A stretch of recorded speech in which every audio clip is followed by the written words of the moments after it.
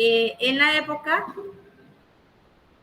Y pues vamos a continuar. Me parece que nos quedamos ahí por el numeral 90 o 91. 91.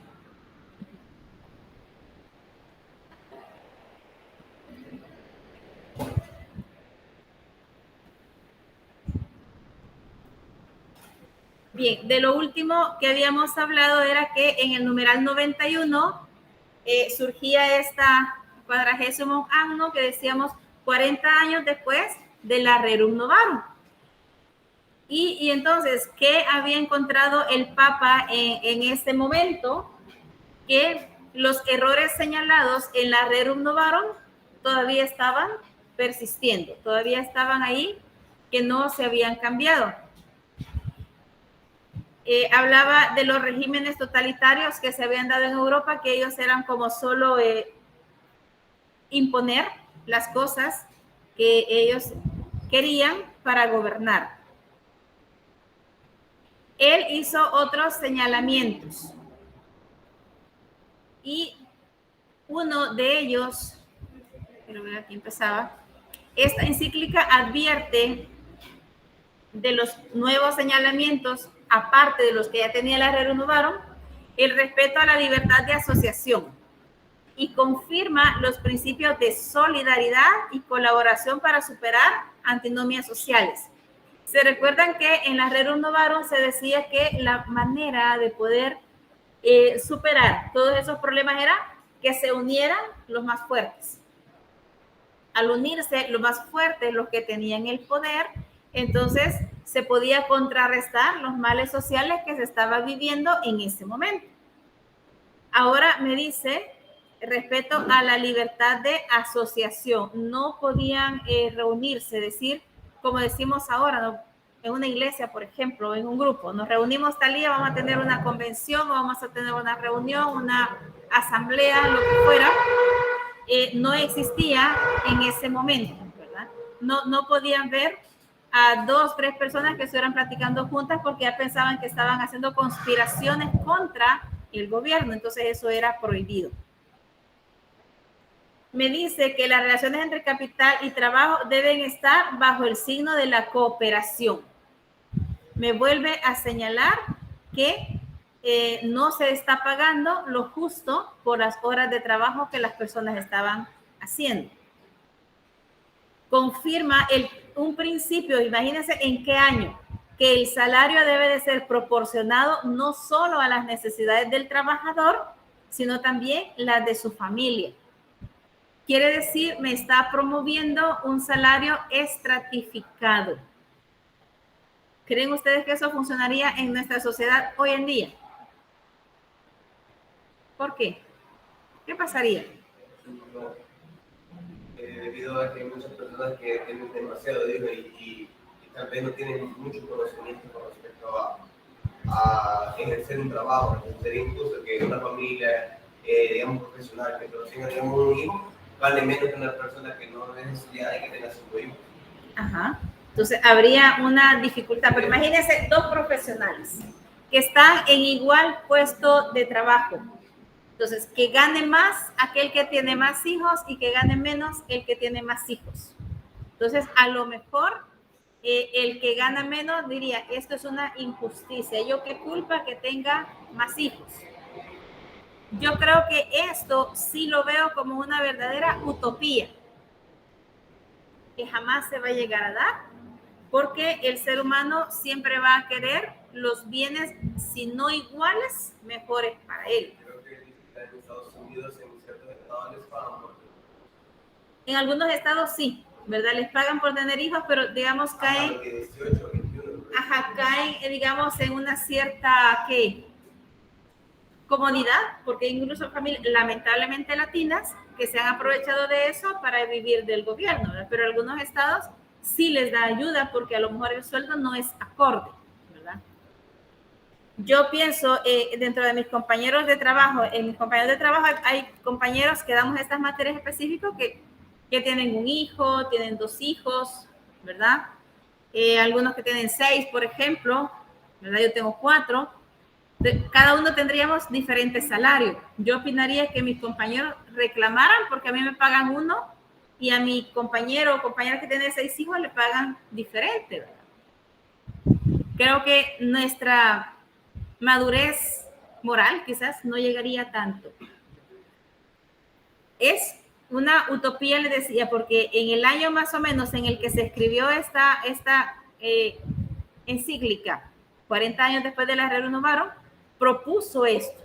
Si en la Rerum le dijo a los ricos que tenían obligación con los pobres, no fue aceptado. Y ahora 40 años después que le digan, bueno, el que tiene más hijos, pues entonces que gane más, ¿verdad? Ya no era un conflicto solo de los ricos que pagaban los salarios, sino que era un conflicto para todos, para todo trabajador, que aunque no tuviera riqueza, no iba a aceptar que le pagaran menos que alguien que tiene más hijos. Entonces, por eso les digo, es una utopía.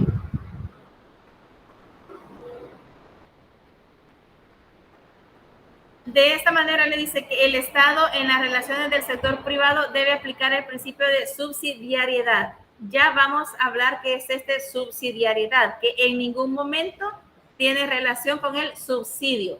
Subsidiariedad no quiere decir subsidio, que es el que recibimos, por ejemplo, algunas personas lo reciben, creo, en el gas, en el agua, creo que en la luz. Exacto. Exacto, entonces no se refiere a subsidio, ¿verdad? La encíclica esta, 40º año, rechaza el liberalismo entendido como ilimitada competencia entre las fuerzas económicas. A la vez, reafirma el valor de la propiedad privada, insistiendo en que tiene una función social grande. Me parece que hablábamos con ustedes, ¿qué pasaría o qué pasa, por ejemplo, en estos países comunistas, donde todo es del gobierno? Entonces, yo diría que a lo mejor hay injusticias, porque un Estado no va a ser capaz de suplir todas las necesidades de una población. Pensemos si en este país, por ejemplo, no existiesen las universidades privadas, ¿a dónde estuvieran ustedes?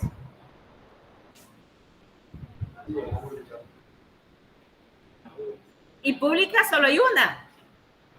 Y para entrar a esta pública cuesta un poquito y no entran todos porque no tiene capacidad para absorber a todos los bachilleres del país, ¿verdad? Si lo vemos solo en El Salvador, una universidad nacional no da para todos. Entonces, habría deficiencias, habrían faltas, necesidades no cubiertas. Por eso me habla, que la propiedad privada es importante, porque la propiedad privada surge. Yo me recuerdo incluso cuando comenzaron a surgir las privadas, que muchas iniciaron en una casita. La Gavidia aquí en Santa Ana inició en una casita. Cuando yo inicié mi docencia, empecé en la Gavidia. Después de 5 años fue que me vine para acá. Pero estábamos en una casa y yo me recuerdo que cuando el director de entonces me llevó a conocer una casa de esas que había sido de gente de dinero en Santa Ana, ¿no? Que hasta con tina, y uno decía, uy, un baño con tina, ¿verdad? Entonces, casas antiguas que se acondicionaron a un aula, ¿verdad?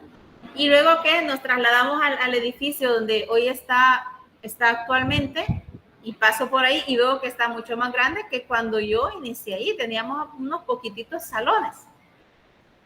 Pero sí, aunque fuera chiquitito, aunque fueron muy menospreciadas. Yo escuchaba a otros estudiantes de la Nacional que le llamaban pupuserías. Mira, anda, en la pupusería estás estudiando. Pero si no hubiesen iniciado esas privadas, ¿a dónde estuviesen todos los profesionales que han salido de una universidad privada? ¿Sí? Me recuerdo cuando esa universidad se llamaba Único. La mayoría de los estudiantes, de los docentes que daban clase aquí, todos habían estudiado en la Único. ¿Y sabe qué habladurías se soltaron en la Nacional? Les cuento porque yo los escuchaba. No, es que el único lugar donde puedes trabajar es en la Único, porque de ahí saliste. O sea, que siempre tenían algo como para... Bueno, siempre han dicho pues que en las pruebas aquí les regalamos las notas. Que es fácil que se gradúen y salgan. Que es fácil. Ahora yo les digo, vayan a preguntarle a los estudiantes que están ya en último año si se les ha regalado, pues. Entonces, siempre hubo una gran crítica contra las universidades privadas. Me imagino que en su momento cuando iniciaron los colegios privados, pero si no existiese, hubiese un caos educacional en un país, porque necesitamos de todas esas instituciones para que nos paleen, digamos, las necesidades de toda una nación. La propiedad privada, insiste la iglesia en que es importante, porque alguien que tiene una empresa es capaz de dar y abrir fuentes de trabajo. Díganme ustedes, ¿cuántas ferias o qué tan seguido el gobierno de El Salvador hace ferias de trabajos, de ofertas de trabajo? ¿No? Y cuando en algún momento la ha hecho, no son trabajos gubernamentales. Invita a empresas que lleguen a esa feria para ofertar sus puestos. Entonces vean ahí lo importante que la propiedad privada exista, ¿verdad? La propiedad privada nos permite ayudar a una sociedad. Yo me parece que les decía a algunos cuando estábamos en desarrollo personal, usted no le dice a su papá cuál cama me vas a prestar para dormir ahora. Usted dice, es mi cama y la cama me da independencia. Mis posesiones, la propiedad privada permite abrir más fuentes de trabajo, colaborar con más estudiantes. Las deportistas, por ejemplo, promueven el deporte, etcétera. Necesitamos de todo eso. ¿Cómo, según la iglesia, cómo se reconstruye una sociedad? Desde su base económica.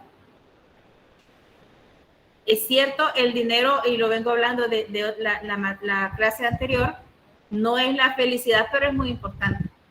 Porque el dinero, la base económica es la que me permite a mí hacer muchas cosas. Sin dinero no podemos hacer nada. No me hace feliz. Me lo decía un estudiante, mire, yo soy feliz si tengo dinero, pero ¿y si no tienen que comprar? ¿Para qué le va a servir el dinero? Ya no va a ser feliz. Entonces, el dinero no es la felicidad, pero es base para ayudar, para conseguir felicidad. Yo les decía, por ejemplo, si en base va, el dinero es la felicidad, le decía yo a este joven. Generalmente, cuando un hombre compra un carro, no importa que sea del año, pero compra un carro y es nuevo para él, ¿cómo le demuestra su amor a ese carro nuevito? Hasta lo acaricia, hasta le pone nombre y le dice, ya voy a venir, voy a ir a dormir, voy a ir a acostar. Y el siguiente día a limpiarlo, ¿verdad? ¿Le va a llevar a alguien en su carro? Límpiate los zapatos. No va a entrar en mi carro. Y yo no sé cuánto le puede durar, pero no le dura mucho. ¿Cuánto le duró esa felicidad? Cuando se canse de estar en ese trabajo, pues. Entonces, eso no es la felicidad. Pero ¿por qué sí le interesa su carro? Porque le permite trasladarse a sus lugares. Entonces, necesitamos toda esa situación. Pero le dice, necesitamos una ley moral que regule también todas las relaciones humanas. Porque si no existe una ley moral, vamos a pasarnos prevaleciendo mi capricho. Como yo soy el que tiene el dinero, la ley del más fuerte, entonces vos vas a hacer lo que yo diga. Y escuchamos ese dicho bastante común, por la plata baila el mono. ¿Cuánta gente por la necesidad del dinero se pone a hacer trabajos bastante denigrantes, por ejemplo? Entonces, no es eso, es que se debe de regular también en base a la moral para superar esos conflictos de clases. Eso también tiene mucho que ver con eso de las empresas, ¿verdad? Por ejemplo, los jefes de las empresas muchas veces se aprovechan de sus empleados, ¿verdad? Uh-huh. Yo recuerdo haber escuchado a un cantante que dice que lo contrataba cuando él estaba empezando, que lo contrataba una familia para que fuera a fiestas privadas y hacían que en el lugar donde él se iba a presentar él fuera a barrer, él trapeara, él hiciera todo eso.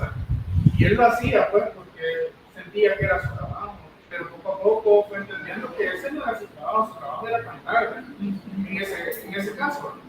Entonces pienso que también estas cosas pasan cuando hacen que los empleados se sientan como identificados con la empresa y juegan con la mente de ellos para decirles, esta es tu empresa, cuidarla, vos tenés que ver por ella. Entonces, hacen más trabajo de lo normal, por decirlo así, por el mismo salario. Entonces, es ahí cuando podemos ver de eso que estamos hablando. Pues recordemos que a veces la moral que tiene el empleado no es la misma que tiene el jefe. Entonces, se ve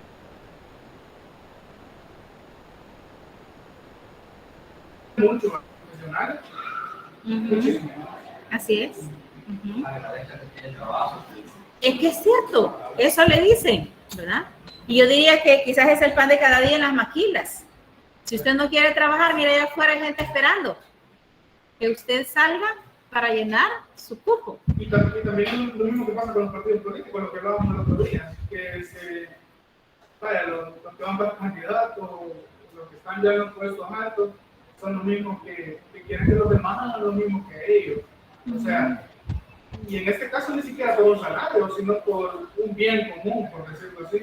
Así es. Y hacen que estas personas se sientan identificadas con tal partido, cuando les ponen los chalecos, las camisas, cualquier cosa, para que se sientan, este es mi partido.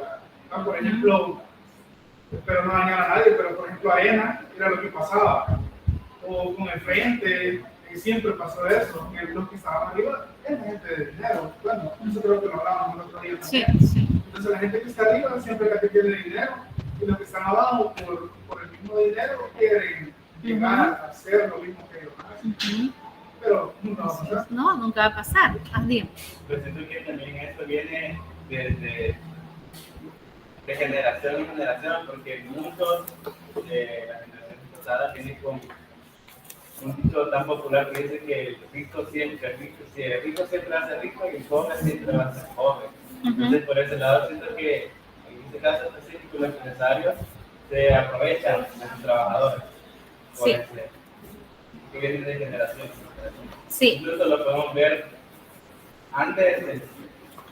Yo creo que todos nuestros padres o abuelos trabajaron en fincas por salarios miserables. Entonces, en mi caso, mis abuelos dicen que ellos lo hacían por necesidad. Hoy trabajaban de sol a sol, pero por un salario. Sí. Era por la necesidad que ellos hacían. Y fíjese de que estamos hablando de una fecha que no era la época de la Rerum Novarum. Y todavía está. Yo incluso quiero ver, quizás como un año, me encontré a la señora que trabajó conmigo por años, quizás como 16 años, prácticamente crió a mis hijos, ¿no?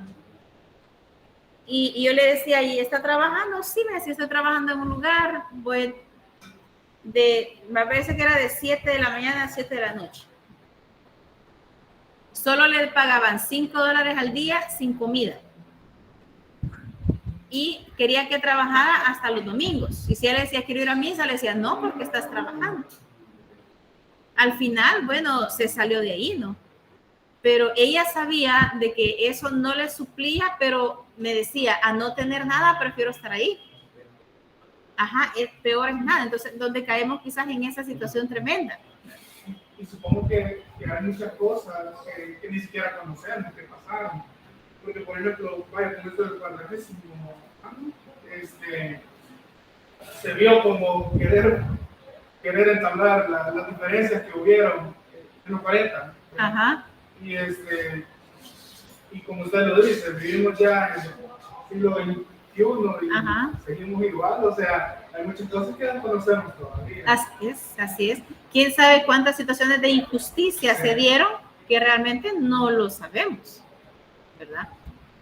Por eso le dice que necesitamos trabajar en ese orden social basado en la justicia y en la caridad. Solo me menciona 2 términos, caridad es amor. Y a veces nos hace falta mucho querer al empleado, querer al compañero de trabajo, querer incluso al mismo trabajo. ¿Sí? Y a veces no se quiere el mismo trabajo por la misma situación que a lo mejor son maltratados. No sé si a ustedes les ha pasado en algún lugar que han ido a un almacén o un lugar donde ustedes necesitan una atención, pero faltan que 5 minutos para cerrar. El vigilante no lo deja entrar. No, ya no se atiende a nadie, ya cerraron. Ya, se va. En los bancos hacen eso, ¿verdad? En los bancos es otra situación que se da, porque mi hermana hace en sus inicios, ella trabajó en un banco, todavía lo hace, pero bueno, ya no es acá. Su hora de salida era a las 4 de la tarde, pero ella llegaba a las 9 de la noche, porque decía, cerraron tarde el banco y hay que esperar que nos cuadre, y si a uno no le cuadra la caja, nadie puede ir. Pues a lo mejor es por eso, porque cierran temprano al cliente, pero los pobres empleados se quedan hasta que cuadra el último centavo de las cajas. Entonces es bien difícil, pues igual no va con la justicia, ¿verdad? ¿Usted quería hablar? Sí, de que estaba un poco lo que usted decía la semana pasada de las clases sociales, más porque ahora decía de que no se hizo mucha la violencia, y lo que yo de cosas que todavía se hacen. Entonces quizás en ese entonces era más visible o más marcado en donde se daba la justicia, en donde se daba. Quizás era todavía un punto más grave, porque digamos que hoy hay procesos legales, hay diferentes cosas como para hacer las cosas bien o éticamente correctas, ¿no? Por ejemplo, es de ley que no le puedes meter su salario, que se puede dar, o sea, existen esas pequeñas cosas que quizás han hecho que sea más suave o más leve las injusticias que antes se daban. Antes no tenían derecho, no tenían nada, o sea, era un voz contra la voz de los que limpiábamos. Así es. Mientras que hoy es un poco más suave, y con respecto a eso, quizás deberíamos de donde entran los valores, todo eso, lo que usted decía de los bancos es cierto, y creo que pasa en todas las empresas se cierran y después hay personas que se quedan trabajando, terminando cosas. En mi caso, yo cuando trabajaba, lo hacía porque como me daban permiso de venir a estudiar, yo entraba en el horario de tarde, digamos. Entonces mi horario siempre era el del cierre. Entonces el del cierre significaba que cuando cerraba, yo tenía que quedarme todavía ahora. Entonces en mi caso no era de caja, entonces tenía que ordenar mercadería, tenía que dejar todo ordenadito para el siguiente día. O si hay clientes, por ejemplo, clientes los que llegan de la tarde, si a las 7:30, o sea, cerrábamos a las 7, pero si a las 7:30 sube alguien que estaba abajo, porque todavía hay que ir a comprar algo del lugar donde lo atiendo, yo tenía que atender y terminar de atenderlo, así, llegar a las 8, porque no es moralmente correcto sacarlo o decirle, mire, ¿verdad? O sea, pero se tiene que también estar la otra parte, sí, la del consumidor, es decir, cuando la persona tiene familia o tiene cosas que hacer, su horario es hasta la hora. Entonces yo pienso que ahí tenemos que jugar todo como sociedad, o sea, tanto no me puede sacar porque no es correcto, pero tampoco es correcto que yo venga a molestarte ya sabiendo que ya vamos a cerrar. O sea, es decir, yo siempre he opinado esto, si un cliente tuvo una emergencia, si un cliente sale tarde de su trabajo, porque a veces ya no estoy informado, todavía uno entiende que quizás sale a las 6 de su trabajo, todo lo que se viene, tiene que comprar algo, o tiene una cena el mismo día, o sea, uno hasta busca la manera. Pero hay gente que, digamos, yo le he visto a las 4 de la tarde que anda ahí, y a las 7 todavía sigue ahí. Sí. Entonces, sí. O sea, ha tenido 3 horas para comprar lo que pudo haber comprado. Así es. Y algo, no, me parece un chiste. Hay gente que a veces, entrando. Mire, el vigilante que va cerrando y se le cuela, ¿verdad? Sí, cabal, y como el vigilante es fácil. Al no ser de que ya la cortina ya vaya para abajo, yo sí. Pero entran y dicen que camisa, ¿no? Y 1, 2, 3 camisas. Nada. Fíjese que no me gustó como ay, va después padre. Me siento eso tanto 20 minutos. Sí. Sí. O sea que esos 20 minutos los voy a aprovechar de otra cosa y ya. Así es. Entonces, Sí. todos esos balances, ¿no? Así pero, es. bueno, un día hablábamos con Giovanni ese tema, que esto estaba contando de que él terminaba de trabajar, supuestamente tenía que ordenar la cosa y decía, vaya, pero acordate también que, bueno, te acordaron que la lucha de clase, nunca fue, o sea, el consumidor, independientemente, no, dependiendo de quién sea, debe entenderlo, pero entender. Porque si es otro mismo jefe de otra empresa que trata igual a sus empleados, no debe entender, ¿va? Entonces, en ese caso, es bien duro, ¿va? Porque yo te puedo entender a vos, porque a lo mejor yo también he trabajado, ¿sí? Y yo sé cómo se siente. Y te puedo entender, es como lo de los meseros aquí, Así lo mismo, uno dice, cuando uno trabaja en atención al cliente, uno sabe qué cosas puede, o sea, entiende, qué cosas hacer o no. Pero al contrario, Ajá, sí, porque siempre que yo de otro lado, le decía, pues como eso me tiene que aprender, o sea, porque yo sé cómo es, el rollo, me tiene que entender. Y vaya esa otra cosa de amar el trabajo también es bien yuca, porque al menos donde yo estaba, sí se ven las dos. O sea, es decir, cualquier empresa grande, estructuradamente, obviamente, ve su economía primero, ahí lo que importa son los números y el dinero. Entonces, el trabajador es una herramienta, o sea, es alguien más parte del proceso para poder generar ese dinero. Pero es lo que tendríamos que cambiar. Pero allí, o sea, allí sí van como las dos cosas de la mano. O sea, porque yo trabajo en la semana. Sí, no,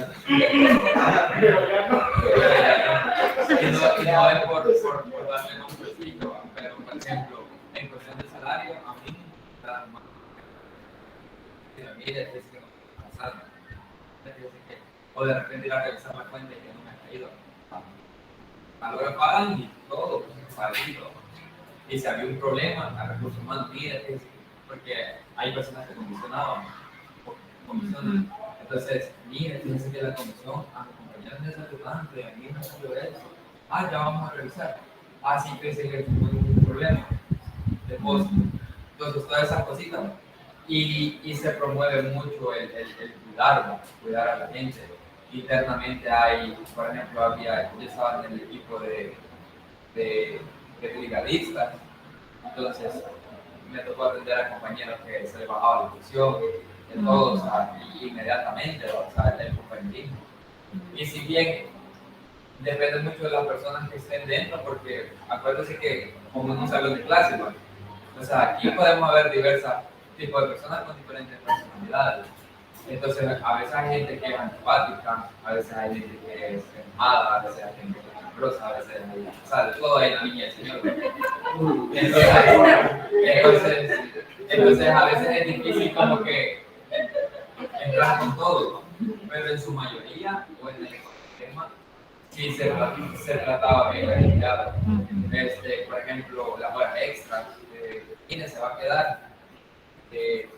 Porque, bueno, en mi contrato, esa es otra cosa. A veces sí, pero todo va escondido. O sea, todo va escondido.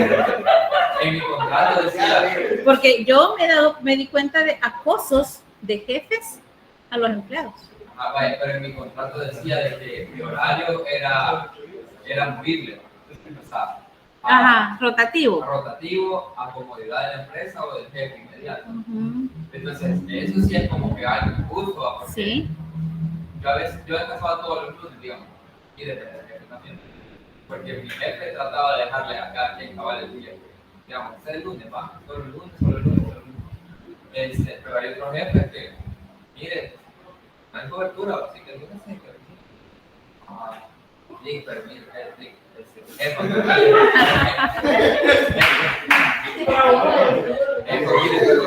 como yo tenía que los lunes, compromiso. Quieren su contrato como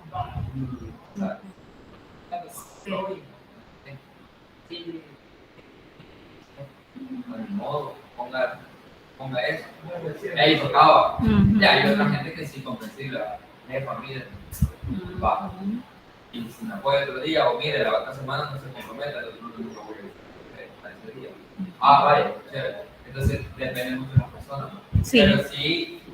Pero sí, en su mayoría se trata de cuidar al empleado, al menos ahí va. Sí. Sí se le exige y sí se le todos lados, pero como que se ve un poquito más, porque toda la gente que está ahí, que lleva años, los nuevos, lo que le pueden decir es que está en, como el, porque uno dice, es que la gente, no sé qué. Pero cuando uno ve hacia afuera, dice, no, hombre, sí, estamos en libre, o sea, no nos asociamos. O sea, en cuanto a ese sistema, no estamos en el suelo, tenemos aire acondicionado, las horas extras nos las pagan, con tiempo o con dinero. Oye, hay otra gente en las maquilas, mire, se va y de corrido, o la gente que trabaja en la madrugada y que se tiene que quedar al día siguiente. Pero es que yo pienso, con todo el respeto que te merece, que ese es el problema de nosotros, que somos muy conformistas. Porque, por ejemplo, Ryan, vos estás viendo lo mejor de los peores. Sí, lo mejor de los sí. Entonces, si seguimos con la mentalidad de ser conformistas, no vamos a llegar a nada. Por ejemplo, hay una ley de trabajo y se sabe cuántas horas tenés que trabajar. Vos decís, por ejemplo, me la pagaron. Sí, pero los minutitos que te quedaban ordenando y así, al final de la semana se decían 2 horas. ¿Entendés? Entonces, si eso tomamos para trabajar. No, pero lo que yo es decir, o sea, Yo sí te entiendo. yo digo, ajá, pero yo le enfoqué más al sistema, Sí. dentro del sistema en el que estamos, hay cosas buenas, ¿entendés? Porque vaya, porque si yo fuera conformista, me hubiera quedado ahí, y fue una de las razones por las que me salí. Vaya, entonces, porque entendí, de que no es lo que yo quiero para mi vida, ya, pero hay otra gente que sí, que se conformó en su tiempo y lleva 30 años en la empresa y va a morir ahí y ya se Pero, o sea, también existe como que, por ejemplo, en la maquila se volvió pagando una miseria. Y entonces a lo que pagan en la maquila, a lo que pagaban ahí, siento que pesa más lo que pagan ahí que lo que pagan en la maquila. Por ser una empresa, o sea, no, pero...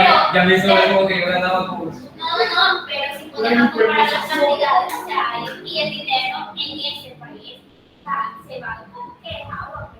Y entonces las personas, más que todo acá en El Salvador, se conforman con poco, porque es mejor poco a no tener nada, porque es que aquí no hay trabajo. Entonces el trabajo es algo de que por eso se van, pues, porque si no tienes cuello en algún lado, entonces no tenemos trabajo bueno. Pero, o sea, ¿cuánto ganan los diputados? Como $4,000 por estar sentados. Yo creo que más, yo creo que eso es lo que se ve en planilla. Eso dicen. Por eso, y la gasolina, o sea, aparte de eso, pues, y ganan $4,000 solo por sentarse cada vez que les da la gana, hablar y a ponerse a pelear entre ellos. Tampoco porque cualquiera Queda como media hora. Y o sea, porque literal, a veces que, digamos, hoy en día, que han habido leyes bonitas, por decirlo así, yo no vuelto porque entre comillas, porque, o sea, no me da eso de partidos y todo. Pero, o sea, ahora han puesto leyes bonitas, pero que ¿cuánto se tardan en estar escogiendo eso por voto? Como media hora. Y si se tardan 3 horas, 2 horas, es porque solo están hablando y están peleando. Pero y las personas de las maquilas que trabajan de día, de noche, que trabajan con más de 8 horas, que 8 horas es el horario establecido para trabajar, trabajan 12 horas Pero y les pagan Pero, nada. sí, nada, pero cuando hacen horas extras, más o menos le sube un poquito el sueldo. Más o menos. Pero con más sacrificio. No, es que es matado, es matado. Vaya, y eso pienso que yo he notado que bastante gente se acostumbró, dice como, de todas maneras me iban a pedir que me quede, me va a salir más. Entonces no lo ven como que, voy a trabajar extra en mi trabajo, o sea, sino que dicen, me va a salir como que sí, o sea, ya va la mentalidad en que le van a dar más, Sí. pero cuánto sacrificó o dejó de hacer alguna cosa. Y es lo que hablaba yo la vez pasada, de que lo peor que uno puede hacer es vender su tiempo, porque el tiempo es importante, ¿no?, para desarrollarse. Y parte de todo este sistema que hay viene de la educación y del desarrollo personal, ¿no? Porque es decir, o sea, hay gente que dice, no, pero es que yo bachillerato estudié. Pues sí, pero puedo aprender inglés sin necesidad de estudiar la carrera, ¿no? Pues sí, pero puedo sacar un curso, o sea, y muchas veces nosotros mismos nos condicionamos a que nos merecemos eso porque solo somos eso. En vez de buscar la superación personal Así para, es. es que tiene secuencias, que vaya lo que ella decía, ¿va? Los diputados, no sé qué. Pues sí, puede ser que solo lleguen a eso, ¿va? Pero el diputado por lo menos sacó su curso en política y estudió derecho, ¿va? Algunos. El presidente ni carrera tiene, vaya, Ajá. pero ¿por qué? Porque nació con la yo. Por eso. No sé si te pido la palabra. No, pero es que la economía sí tiene que ver. Yo voy a agregar que algo que están comentando, por ejemplo, en la escuela está mal diseñada. ¿Cómo así? La escuela se diseñó en los tiempos donde estaba explotando a los trabajadores. Entonces, la escuela fue creada para desde niños enseñarles cosas que iban a hacer en el trabajo, para que cuando llegaran adultos ya no tuvieran que explicarlas. Entonces, prácticamente la escuela para eso se quedó. Y la metodología actualmente ha seguido igual, no ha innovado, no se ha cambiado. Desde ahí comenzamos a partir y hasta con la mentalidad, porque desde la escuela se vienen con muchos profesores diciéndole, a veces para que estudies vos sos bien burro, y les van metiendo en la cabeza y no les sirve pura pena consigo ese trabajo, y desde pequeños les comienzan a sugestionar a las personas de que no van a llegar a hacer nada. Yo tuve la oportunidad de trabajar en call center en la pandemia, trabajé en español y en inglés, y me di cuenta de que son las máquinas modernas, literal. Ahí lo consienten a uno, pero le exigen que 10, 12 horas trabajando, y para que ni siquiera salgas, te dan comida ahí. Para que estés trabajando. Entonces, es una máquina, pero moderna, le digo yo, porque te enmascaran todo. Sí, el salario es bonito, pero también aguantar. Estar sentado ahí. Una de mis hijas, mientras se graduaba, trabajó también en un call center. Estaba en la casa. Estaba en la casa, exacto, pero igual era como una maquila. Yo ahí le llevaba la comida. Y ahí, por ejemplo, en un call center, o sea, hay gente que hay por cualquier cosita se pone toda loca. O sea, por las experiencias que han contado, pues y el estrés es horrible porque estás estresando, escuchando a la gente una y otra vez, y no es solo una persona al día. Y los tratan mal, porque a mi hija muchas veces le dijeron, y no puedo hablar con alguien que sea gringo. Sí, es verdad que se Ay, sí, otra cosa. Lo peor que gente latinoamericana pidiendo así que se apellidaba Rodríguez. Sí. Y me decía mi hija, mira, me estaban pidiendo alguien alguien americano, y le decía, señora, disculpe, yo soy americana. No, ¿cómo vas a creer tu acento? No, usted vive en Norteamérica, le decía.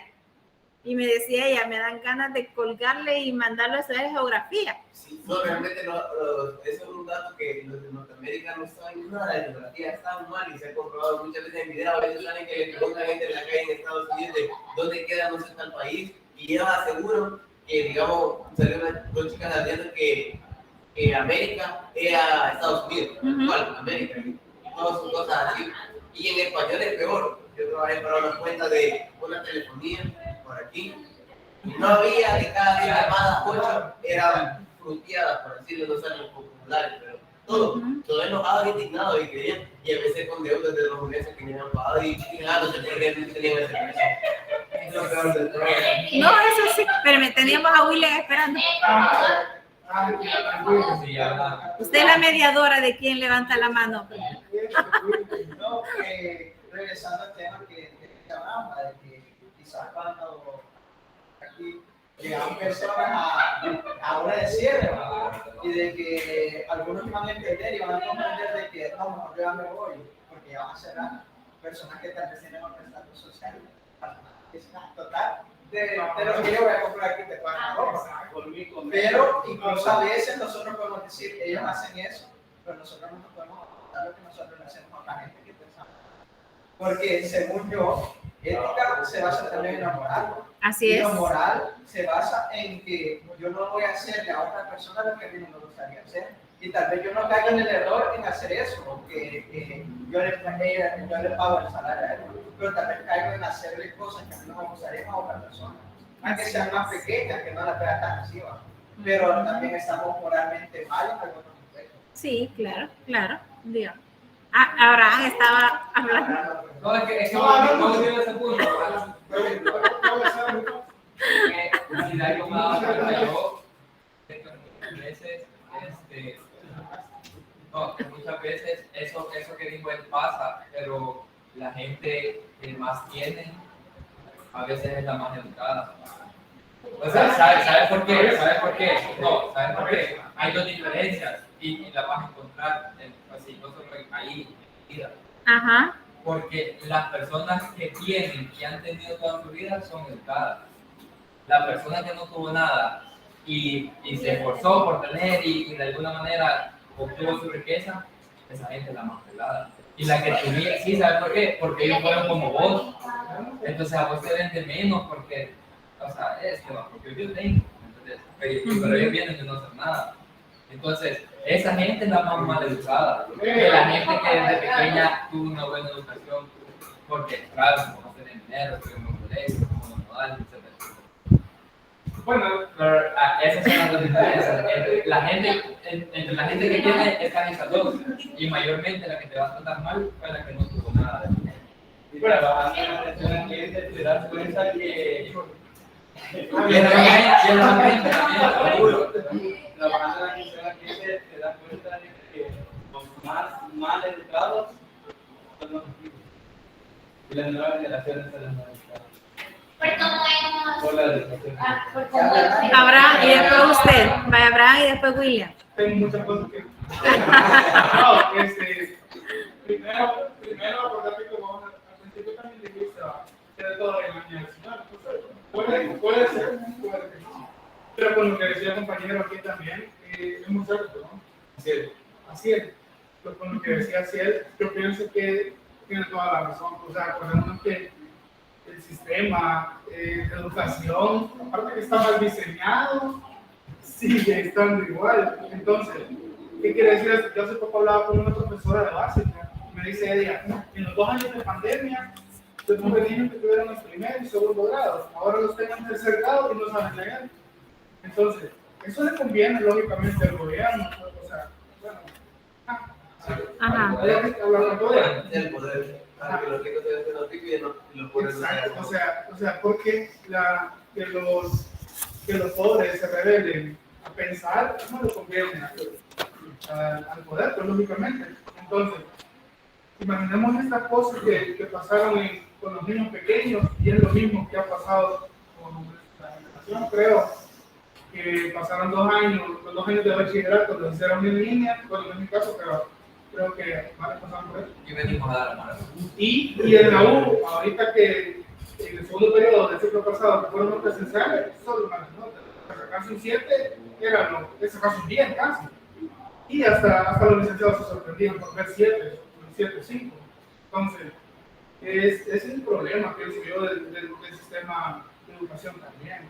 O sea, si nunca se cambia eso desde la raíz, o sea, desde los niños pequeños, ¿qué pasa que vamos a cambiar? O sea, siento que vamos a seguir en lo mismo y dentro de 10 años eso va a seguir estando Igual. todavía, ¿no? Así es.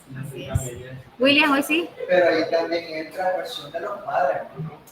Porque por lo menos yo he visto padres de que también vienen y suben con sus hijos. A pesar de que ellos también no tienen mayor estudio, ya en el 3er grado, 4 grado, pero les exigen a sus hijos y les ponen la vara bien alta. Y hay otros padres que son, mamá, quiero salir, y mi para las 12 de la noche. Tranquila la mamá. Y también de eso depende mucho, por lo menos yo tengo a mi prima, que a veces estábamos hablando de que ella lleva como honorífico de MP8 en la casa. Yo fui con mi club de 8, y, o sea, y a mi prima no es que le exigieran más, le exigieran lo mismo que a mí. Pero ella siempre trató de ser bastante aplicada. En cambio, yo no, yo sé más, o sea, había una cosa, tranquilo. Y tiene casi la misma educación que nos dieron, pero ella tiene otra mentalidad respecto a cómo estudiar. Y esa no la tengo yo. También eso tal vez tuviera que cambiar yo. No sé si lo de ella está bueno, pues porque ella también pasa su Mire, si vamos a hablar en educación, aquí tendríamos que tocar dos tipos de dos orientaciones de la educación, porque influye, cuando me habla de caridad y de justicia, influye, hablemos de la educación en casa, como ustedes decían, de valores. Si en casa se fundamentan valores, pero con el ejemplo, no en pizarra, ¿verdad? Eso va a ayudar para que en un futuro el ciudadano pues trate de ser justo y trate de tener caridad con los demás. Y vamos al currículum de la educación, ¿verdad? Comparamos, por ejemplo, Norteamérica con Centroamérica. Los currículums son diferentes. Allá se educa en ciudadanía. Las personas allá son más educadas, cuidan su país, no tiran la basura no por la multa, sino que porque aprendieron que el país se cuida. Pero académicamente andan abajo. Yo diría que la educación es mejor ya cuando llegan a la universidad. Antes de la universidad eso anda muy abajo. Por ejemplo, ya el bachillerato dura 4 años. Y 2 años. Por ejemplo, una persona que se quedan a mí, ella pasó el primer año.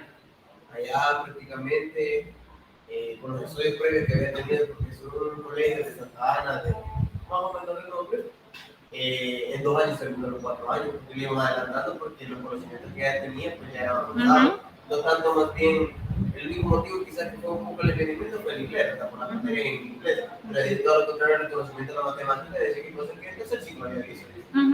Así es que eso es cierto. Entonces, allá lo académico no es tan importante. Yo me acuerdo que preparé unas gemelitas, estaban en octavo, que las iban a mandar a Estados Unidos porque allá habían nacido.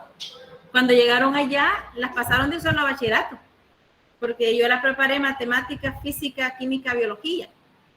Entonces, le hicieron examen de eso, esas niñas llegaron.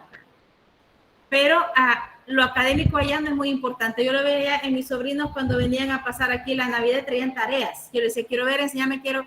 Y le decía, ¿y esto estás viendo en el grado que está así? Cosas que aquí se veían en sexto, por ejemplo. Ahora, ¿cómo es la educación en El Salvador? Es académico.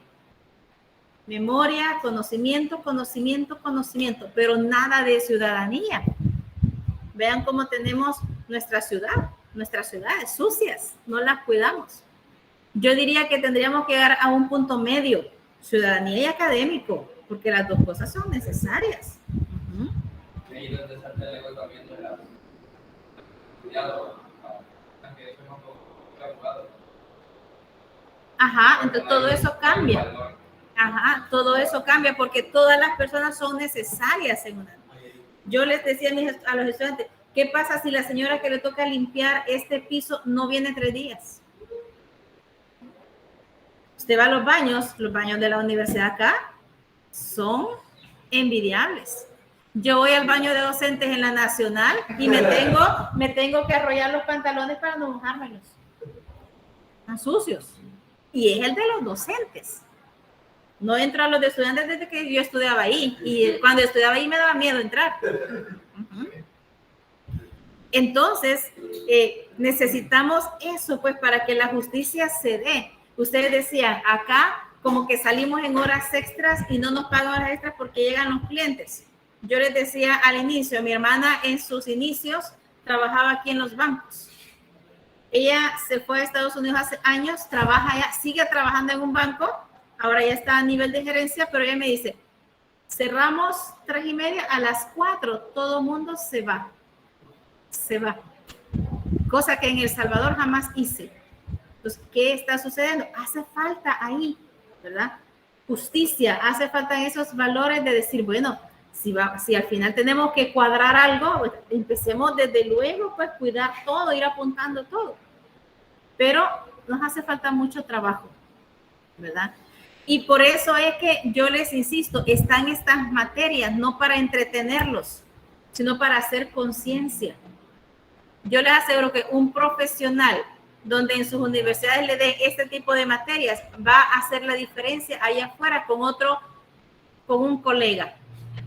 Va a hacer la diferencia, porque eso es diferente. Yo me recuerdo cuando mi otra hija trabajaba en el call center, me decía, yo oigo a mis superiores, decía que eran los que mandaban, ¿verdad?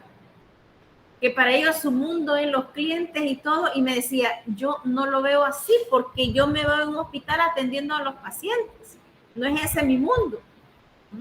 Y ellos, para ellos eso es lo máximo, que mira que esto y lo otro, y para mí eso era trivial, ¿verdad? Pero hace falta. Cada uno debe de apasionarse por lo que hace, pero también debe de haber un equilibrio. Mire, no vayamos muy lejos. Yo no voy a hablar de usted. Hablamos de los mismos estudiantes cuando entramos a la virtualidad.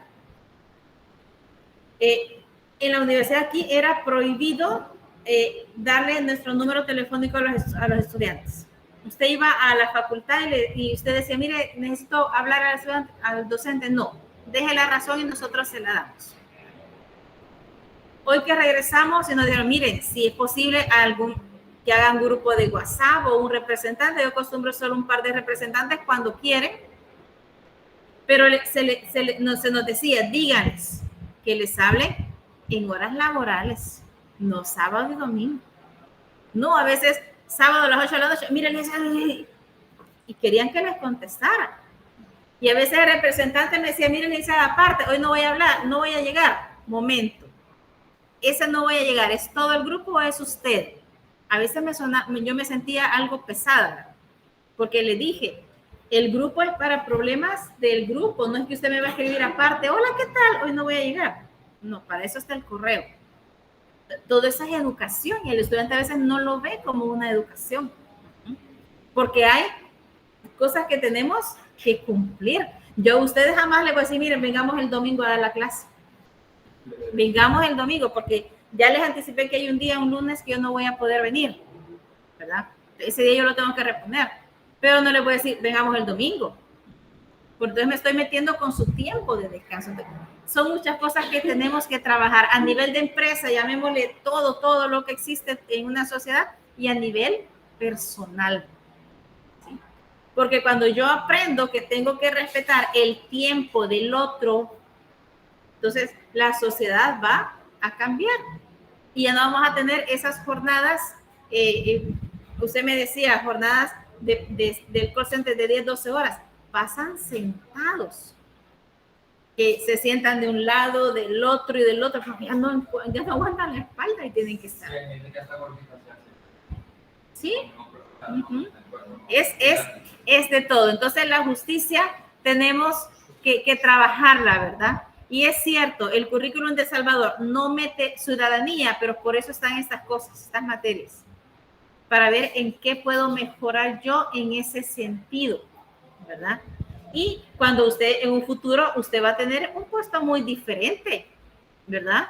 Porque su estudio lo va a colocar en una categoría diferente, entonces usted va a tener a lo mejor gente a su cargo. Tiene que hacer la diferencia en esa gente que usted va a tener a su cargo. Diga. Por ejemplo, un licenciado que yo tuve el licenciado Walter Martínez, que da técnicas de redacción aquí en humanística. Él nos comentaba de que uno aquí en la universidad tiene que ser un profesional. ¿Eso qué quiere decir? Una persona estudiada, una persona con ética, una persona con responsabilidad, una persona no vulgar. Y si una persona quiere aquí pensando que por sacar un título voy a hacerme rico, voy a ganar mucho dinero, que está muy equivocada. Es decir, y si eso quiere que mejor ponga una pupusería o que vaya a vender el mercado, porque la mayoría de gente que tiene pupusería en el mercado, no me van a mentir, tienen pica donde cabina Harris 2018. ¿Cómo lo hacen? No sé, porque pueden dar una cachita ahí, dice. Y eso es verdad, sinceramente, porque una cosa es el negocio y otra cosa es ser una persona estudiada. Así que es. conforme tal vez con el esfuerzo y poder lograr hacer algo personalmente, es pues parte de cada quien. Uh-huh. Sí, es que es de cada uno, ¿verdad?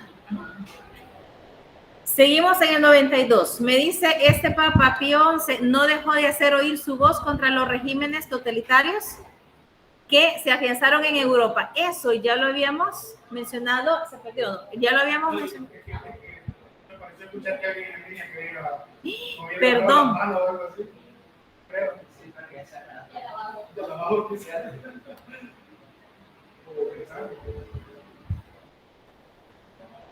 Aquí escribieron, no hay ni papel. Cuando hablamos del baño. El de la Nacional no tiene papel tampoco. Y saben que es ridículo. Ni sirve para echar el agua, pues ahí está un barril con asunto para poner. Sí, Mónica, hoy sí ya le vimos la mano levantada. La escuchamos. Aquí sus compañeros se emocionan. Buenos días.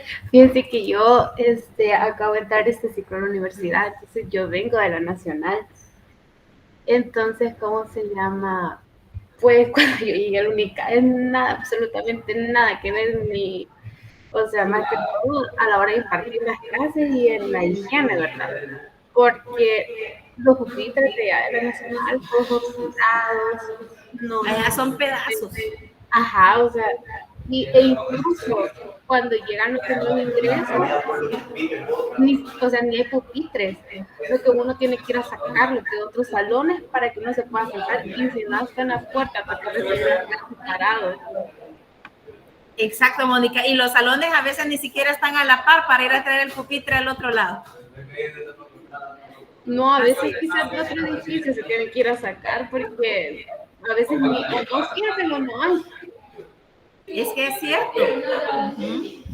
Entonces, eso es lo que nosotros vemos, ¿verdad? La diferencia. Bueno, aquí hemos comparado, pero con el fin no de ser conformista, ¿verdad? Sino que cuando lo decíamos era porque lo privado siempre va a ser necesario para paliar lo que no es privado, porque no va a dar abasto. Solo vean ustedes los que han pasado por la Nacional. Eso que tengan pedazos de pupitre no es nuevo. Cuando yo estudié hace más de 30 años también era así, pues. También era así. Y no les decía que de estudiante hasta me daba miedo ir al baño.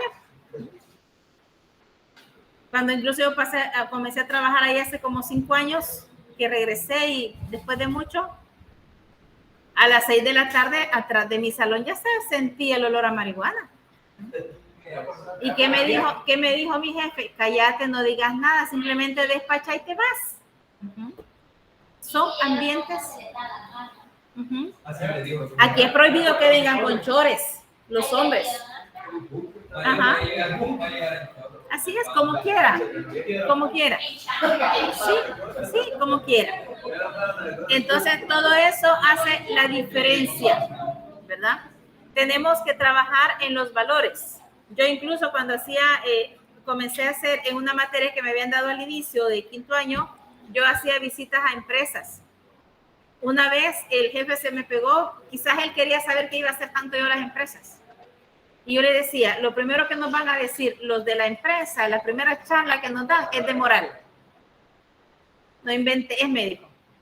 ¿Cómo vas a creer? ¿Cómo no? Le decía yo. Porque él había sido mi docente, todavía está ahí mi docente y yo era mi jefe. Se sorprendió cuando el dueño del laboratorio, para un laboratorio farmacéutico, me acompañó esa vez, comenzó a hablar de moral. Entonces me decía, tenés razón. Necesitamos trabajar eso en todos los ámbitos. No es porque a veces el estudiante dice que yo voy a estudiar tal carrera, quiero materias solo de mi carrera para salir rápido. Sí, pero entonces va a salir solo como un simple profesional, no como un profesional humano, ¿verdad? Que ya va a pensar en el otro, ya no va a ver al otro como una máquina, como un robot que lo va a explotar, sino que como alguien que es su colaborador. Yo les decía, si la señora de limpieza no viene 3 días, esto sería un caos, ¿sí? Entonces, nos hace un gran favor viniendo, ¿verdad? Hace años me decía una señora, ya hace mucho que se jubiló, decía, los estudiantes a veces aquí hasta me pasan llevando, ni me saludan. Cuando van en la grada me tengo que poner a un lado, mire, porque pasan corriendo. Qué feo, ¿verdad? Que esas situaciones, que dentro de una institución educativa se vean esas cosas, ¿verdad? Se vean esas cosas. Bien, entonces habla de los regímenes, menciona los atropellos, ¿verdad? Aquí habla de varias otras encíclicas, pero no nos vamos a enfrascar tanto en esas, sino las que ya tengo yo como señaladas. Le habla de Alemania. ¿Cuántas cosas feas se vieron en Alemania? ¿Por qué se hizo famosa Alemania? Por los nazis, ¿sí? Por los nazis, que se creían que eran una raza superior y los demás no. Diríamos que era como otra forma de tratar a los esclavos, ¿verdad? En la época de esclavos, el esclavo no era ni persona. Pues ahora ya todos son personas, pero los nazis a ellos eran superior. Y hasta después... ¿No era por el color de su piel? No. Por la nacionalidad. La nacionalidad es como cuando los romanos, se recuerda en desarrollo, pues los romanos, solo el nacido en Roma de familia noble era ciudadano romano, los demás no. Pues más o menos así fue con ellos. Yo no sé si es cierto, pero después leía yo de que este Hitler ni siquiera era auténtico alemán. Ni siquiera era auténtico alemán. Era como llegó o mezcla de un emigrante con alguno de sus padres, algo así. Porque si vemos fotos, era un hombre enano. Era un hombre pequeñito. Que no tenía de bonito nada, pues. Todas esas situaciones se dieron. Ahora, en esta parte les menciona los problemas sociales que habían de eso. Los papas no tenían la libertad de dirigirse a sus feligreses como lo hacen ahora, ¿verdad? Ahora, yo no sé cuántas encíclicas cada papa logra escribir al año y se lo manda, ¿verdad? Yo me entero que hay nueva encíclica porque cuando tengo reunión con los de estas materias humanísticas, dicen, la última encíclica del papa es este. Pero en esa época, el único momento en el que el papa se podía dirigir a su feligresía era en Navidad. Y era por la radio, los famosos radiomensajes navideños, ¿verdad? En ese espacio pequeñito era donde el papa aprovechaba para poder dar un mensaje que abarcara todas las cosas que él quisiera aconsejar y que quisiera que su gente cambiara, ¿verdad? Que la sociedad cambiara, de poderles señalar, ¿verdad? Por eso le dice que era como una reflexión magistral sobre el nuevo orden social gobernado por la moral y el derecho.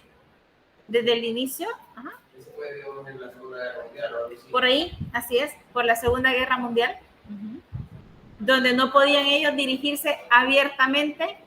Bueno, hoy los papas, salen a su famoso balcón, ¿verdad?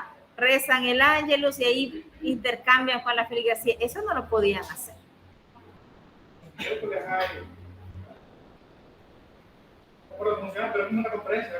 Ajá, va, imagínate.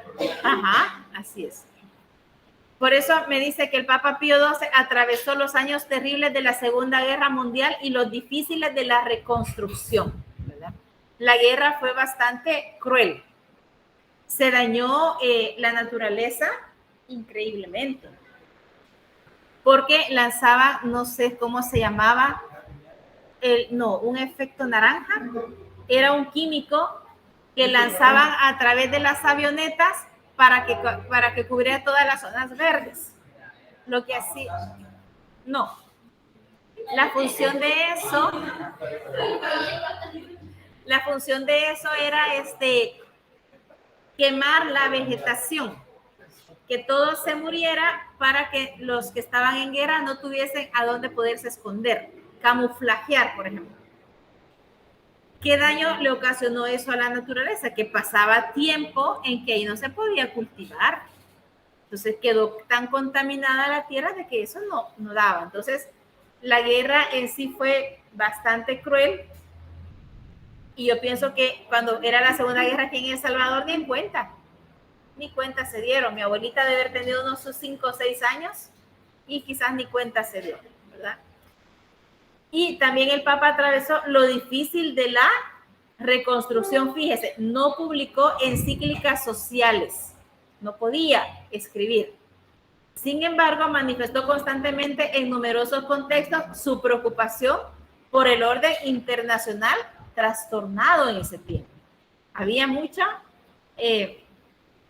no había unión, digamos, internacional, como en teoría lo hay ahora, ¿verdad? Que hay instituciones donde están ciertos países y se reúnen cada cierto tiempo para abordar problemas donde están metidos todos ellos.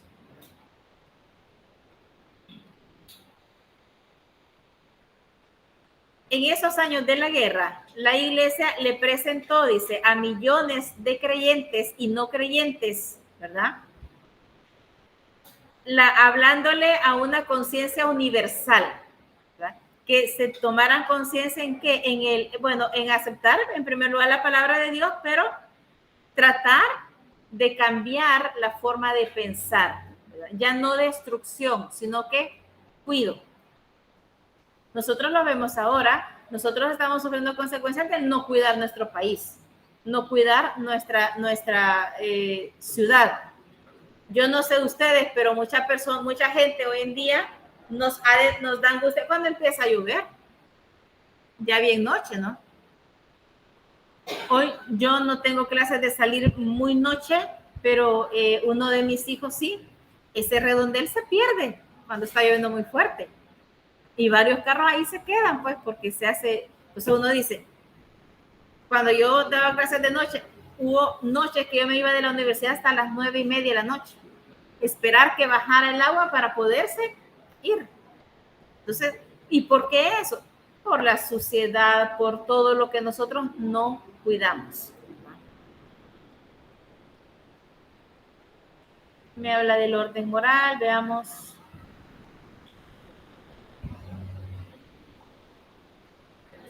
Pío XII le dice que fue precursor de este Concilio Vaticano II. Los concilios son como reuniones muy importantes que se hace el Vaticano con todos los representantes de la Iglesia. ¿Por qué el Vaticano II, el Concilio Vaticano II, ha sido de relieve, digamos, mundial a nivel de religión? Porque en ese concilio se cambiaron muchas costumbres que tenía la Iglesia y se abrió un poquito más. Antes del Concilio Vaticano II, las misas se daban en latín y el sacerdote no estaba frente a su feligreses, sino que él estaba de espaldas. Él no le daba la mirada a la gente. Se imagina, yo no sé, si yo recibiera una misa en latín, yo me durmiera, porque no voy a entender nada. Más si el padre le gusta una homilía bien larga, ¿verdad? Ratito estaría bien dormida porque no entendiera nada. Yo tengo una tía religiosa, ella es una de las, quizás la religiosa de mayor año que está en el Asilo Castillo. En su momento hablamos del Vaticano Concilio, del Concilio Vaticano II, creo que yo ni me había casado entonces.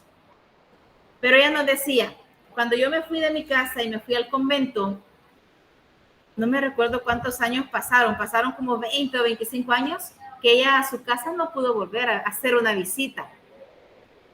Y solo por cartas mandaba a decir estoy bien y la familia le mandaba a decir estoy bien, pero no se habían visto.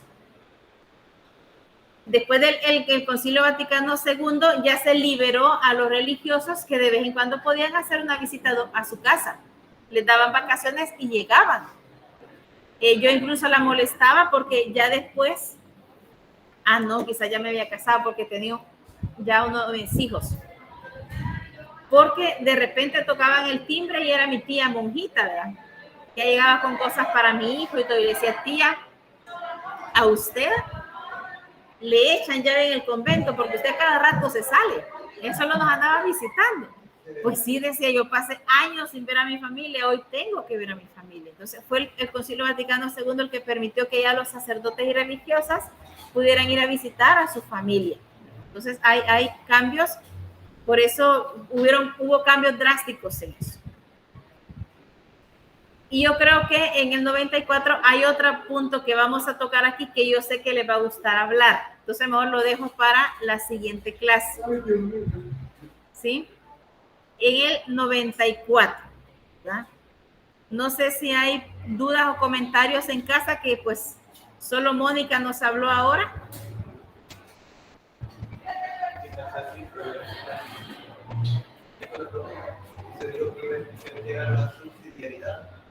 Sí, pero este ya es un tema especial que vamos a ver. Por eso le dije, lo vamos a desarrollar mucho después, ¿verdad? Mucho después. Hoy no les voy a pasar lista, ¿verdad? Porque no he actualizado este listado con lo que ustedes me llenaron en la clase anterior. Entonces hoy los dejo descansar de la lista. No se enojen porque los estoy despachando unos minutos antes, ¿verdad? Soporten ese dolor.